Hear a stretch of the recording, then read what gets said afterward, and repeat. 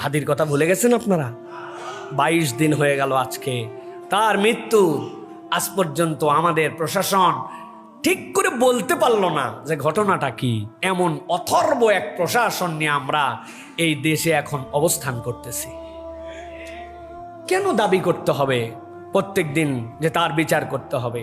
আমার জিজ্ঞাসা, রাষ্ট্রপ্রধান যেই প্রোগ্রামে আসে, রাষ্ট্র যেটাকে ওন করে, রাষ্ট্র যেহেতু এটাকে আমলে নিছে, তাহলে প্রত্যেক দিন নির্ধারিত একটা সময় দেন যে বিকাল 3টা, সন্ধ্যা 7টা, সকাল 11টায় রাষ্ট্রের পক্ষ থেকে প্রত্যেক দিনের আপডেট দিয়ে একটা ব্রিফিং হবে।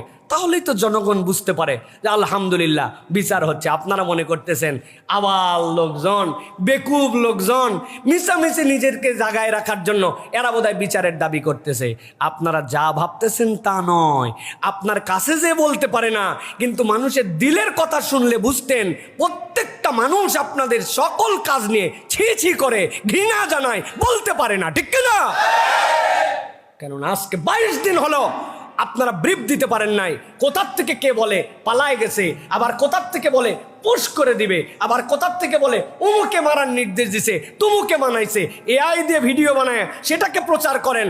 মানুষের সন্দেহ তখনই বাড়ে যে আসলে কি বিচার করতে চান নাকি হাদিকে মানুষের অন্তর থেকে ভুলাই দেওয়ার পায় তারা করতেছেন।